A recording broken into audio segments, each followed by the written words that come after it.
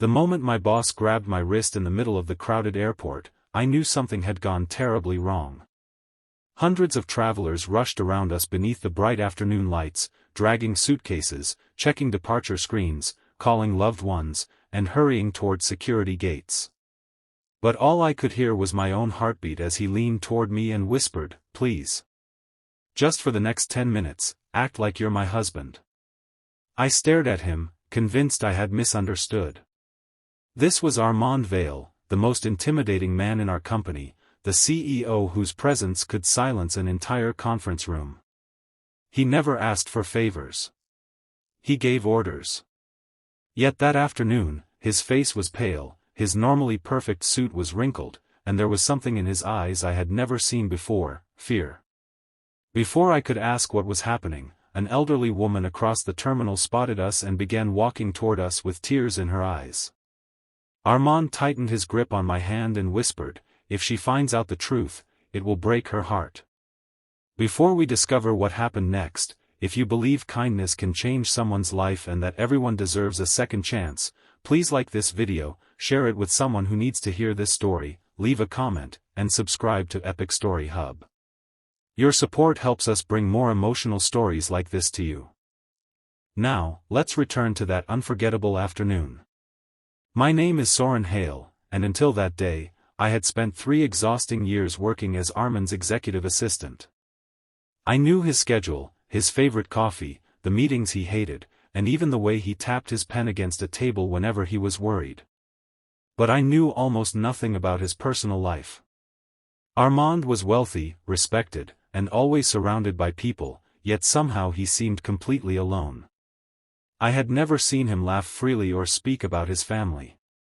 To me, he was simply the demanding boss who expected perfection. That afternoon, however, everything changed when the elderly woman reached us. Her name was Mireia, and I recognized her from an old photograph I had once accidentally seen on Armand's desk. She was his grandmother. She looked at us, then at our joined hands, and her trembling lips formed a smile. "You came," she whispered. Armand nodded, swallowing hard. "Of course, Grandma." Then she looked at me. "And this must be Soren."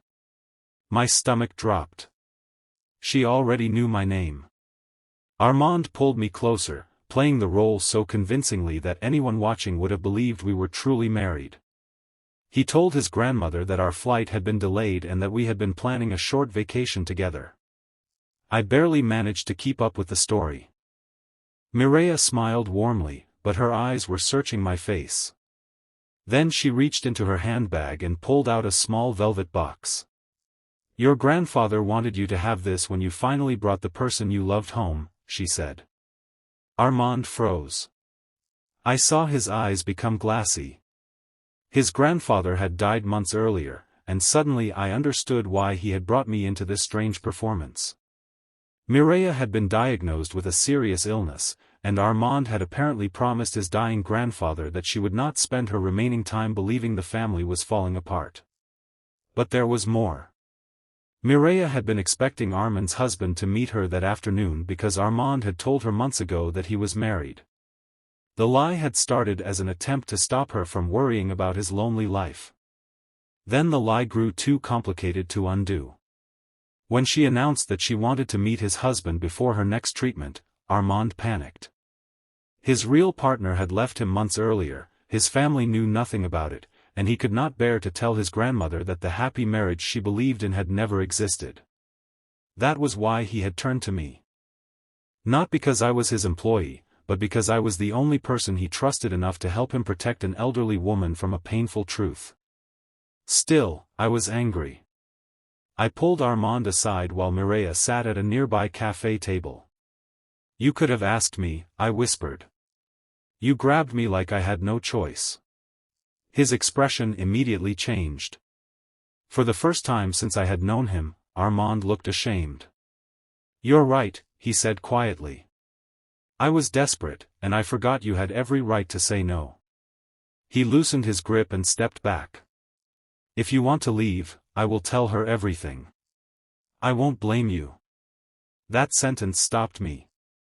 Because beneath the expensive suit and executive title, I suddenly saw a frightened grandson trying desperately to give his grandmother one peaceful afternoon. I agreed to stay, not because he was my boss, but because I understood what it meant to love someone enough to be afraid of losing them.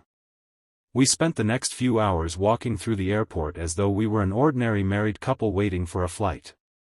We shared lunch with Mireia, listened to her stories, and watched planes rise through the enormous glass windows. She asked how we had met, who cooked at home, who was Messier, and who apologized first after an argument. Armand and I invented harmless answers, but strangely, some of them were not inventions at all. She teased us about Armand being too serious, and I told her that was true. She laughed so loudly that several travelers turned around. Then she looked at me and said, "Thank you for making him smile." I glanced at Armand. He was actually smiling. For a moment, I forgot that we were pretending. Then Mireia suddenly became quiet. She opened the velvet box and placed a simple silver watch in Armand's hand. "Your grandfather wore this every day," she said. "He told me you were always afraid of becoming like your father. Cold. Distant. Alone." Armand's eyes filled with tears. "I'm sorry, Grandma." She shook her head. "Don't apologize for being afraid to love. Just don't let fear make your decisions forever." Those words struck him deeply. He looked at me, and I could see years of loneliness behind his eyes. Then came the moment that changed everything. Mireia reached across the table and placed her hand over mine. "Soren, I know you're pretending." My heart stopped. Armand looked as though the ground had disappeared beneath him. But Mireia simply smiled. "I knew the moment I saw you." Armand whispered, "Grandma." She gently squeezed his hand. "A woman who has lived this long learns to recognize truth. You two are not husbands. Not yet, anyway. But you care about each other." I could not speak. Armand stared at her, stunned. She continued, "I saw how he looked at you when you thought I wasn't watching. And I saw how you looked at him when he was hurting." The airport suddenly seemed silent despite the thousands of people around us. Mireia told us that she had never wanted a perfect family. She only wanted Armand to stop hiding behind success. She knew he had been carrying guilt since his grandfather died and believed he had to become strong enough to protect everyone. She reminded him that being strong did not mean never needing someone. Then she turned toward me and apologized for putting me in such an uncomfortable position. "You did something kind today," she said. "But promise me you will never allow anyone to force you into anything again. Kindness should always be a choice." Those words stayed with me. Before boarding her flight, Mireia hugged Armand for a long time. She then hugged me and whispered, "Whatever happens between you two, don't let this afternoon become just a story you forget." Armand watched her disappear down the boarding corridor. For several seconds, neither of us spoke. Finally, he looked at me and said, "I owe you an apology." I smiled faintly. "You owe me several." He laughed, and that laugh was different from anything I had heard before. It was genuine, unguarded, almost boyish. Weeks passed. Something changed between us, but not in the way I expected. Armand became a better boss. He stopped demanding impossible things without explanation. He learned to say thank you.